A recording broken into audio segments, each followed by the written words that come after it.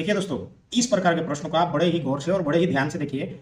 यह भी प्रश्न पूछा गया है RRB ALP assistant loco pilot 2003 में पूछा गया है। बेंगलोर का यह सवाल है। बेंगलोर के असिस्टेंट लोको पायलट के एग्जाम में यह प्रश्न पूछा गया था। देखिए, इस प्रश्न में बोल रहा है एक्स वाई का 90% है तो वाई एक्स का कितना प्रतिशत है। देखिए यहाँ पे इस प्रकार के प्रश्न को जब परीक्षार्थी एग्जाम में देखते हैं तो वह कंफ्यूजन हो जाते हैं कि हमको निकालना क्या है।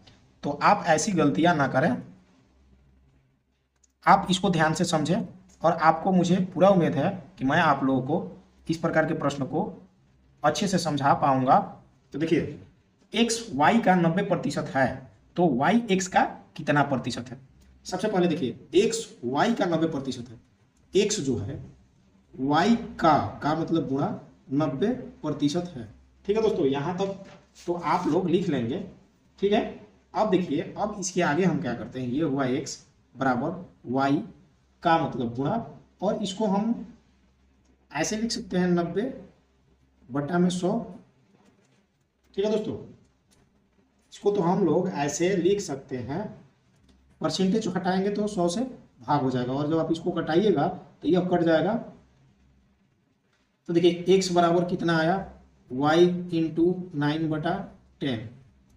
ठीक है, अब देखिए अगले प्रश्न में क्या, यहाँ पे क्या पूछ रहा है, y x का कितना प्रतिशत है, यानी कि y पूछ रहा है, y का मान पूछ रहा है, y जो है वह x का कितना प्रतिशत है।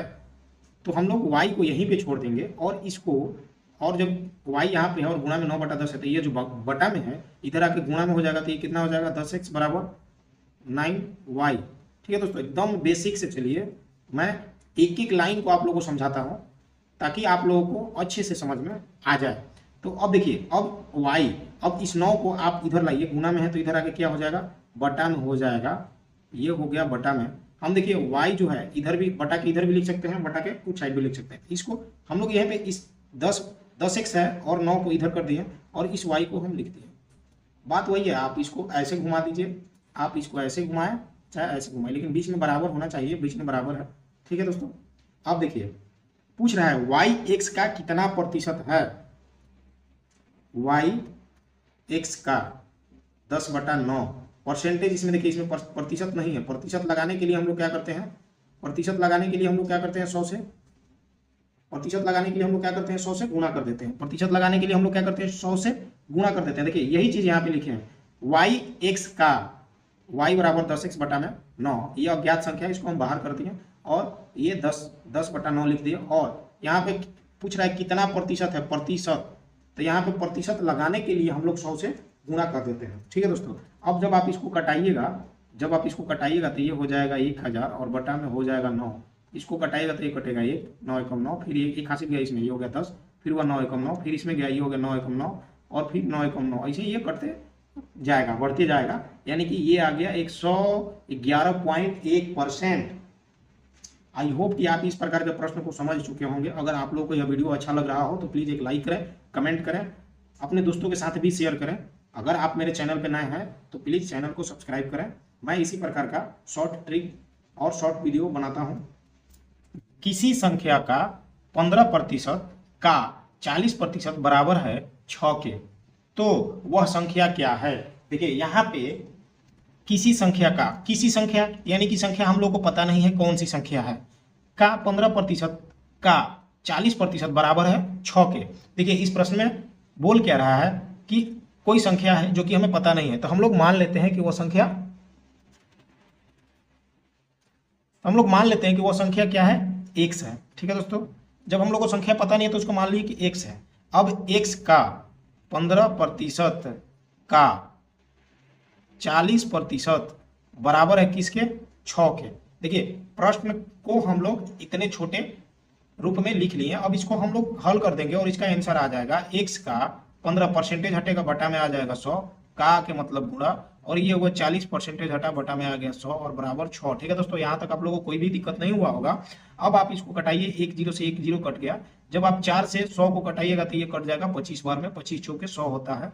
और आप इसको कटाइएगा तो 5 3 15 और ये हो गया 5। ठीक है दोस्तों, ये 5 बार में कट गया। अब अगर आप इसको कटाइएगा तो यहाँ पे कट जाएगा। देखिए यहाँ पे ज्यादा दिक्कत ना हो इसलिए मैं आप लोगों को बता देता हूँ, ये हो गया आपका 3x और बटा में 10 गुणे 5, ठीक है दोस्तों, और बराबर हुआ 6, ठीक है दोस्तों। अब आप इस 3 से इसको कटा दीजिएगा कितने बार में, 2 बार में, ठीक है दोस्तों। यहाँ पर आप लोगों को, मुझे उम्मीद है कि आप लोगों को कटाना आता होगा।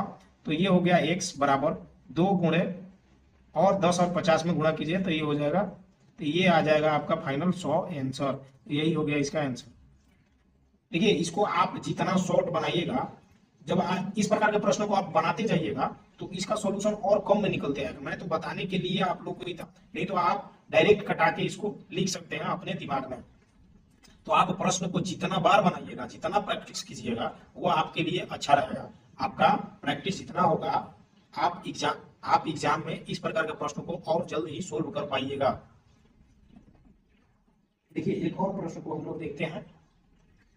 देखिए आप इस प्रश्न को देखिए, इसमें बोल रहा है यदि 1400 का x% बराबर 119 है तो x का मान याद करना है। देखिए इस प्रकार के प्रश्न को हम लोग बनाते हैं। यहाँ पे हम लोग प्रश्न को लिखते हैं 1400 का x, परसेंटेज को हटाने के लिए हम लोग क्या जानते हैं, 100 से भाग दे देते हैं, ठीक है दोस्तों, और बटा में बराबर लिख दिए 119। हम लोग प्रश्न को लिख दिए। अब देखिए अब आप 2 जीरो से 2 जीरो हटा दीजिए। यहाँ तक आप लोगों का आ गया। देखिए ये प्रश्न जो पूछा है, ये पूछा है टीसी 2004 चंडीगढ़ में, आरआरबी टीसी टिकट कलेक्टर में पूछा गया सवाल है 2004 में। तो इस प्रकार के प्रश्न एग्जाम में अक्सर पूछे जाते हैं। देखिए अब आप इसको कटाइएगा 7 से, 7 7 दूनी 14, और जब आप इसको कटाएगा तो 7 एकम 7 और 7 7 49, 17 बार में यह कट गया, ठीक है दोस्तों। अब x बराबर हो गया 17 और इधर यह गुना में है, इधर जाके हो जाएगा बटा में। अब ये ऑप्शन में तो ये है नहीं, जब आप इसको कटाइएगा तो ये हो जाएगा 2 8 16 और 2 5 10, ये आ गया 8.5, ऑप्शन नंबर डी, ठीक, जो कि आपके एग्जाम में बहुत ही यूजफुल होगा। तो आज के वीडियो में बस इतना ही। देखिए इसका जो आंसर होगा वो ऑप्शन नंबर डी होगा। आज की इस वीडियो में बस इतना ही। धन्यवाद। फिर मिलते हैं नेक्स्ट वीडियो में कुछ नए तरीके और नए कॉन्सेप्ट के साथ और नए चैप्टर के साथ।